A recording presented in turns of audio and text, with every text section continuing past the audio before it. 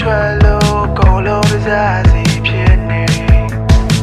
ကဘာမီပေါ်မှာနေတာချဖို့မကြိုးစားတော့မှာပဲရှိပုံစံတွေဟာပြိုဝဲထွက်လို့ကုန်လုံးပစားစီဖြစ်ခဲ့ပြီနေနေတော့တဲ့စိတ်ခံစားချက်များ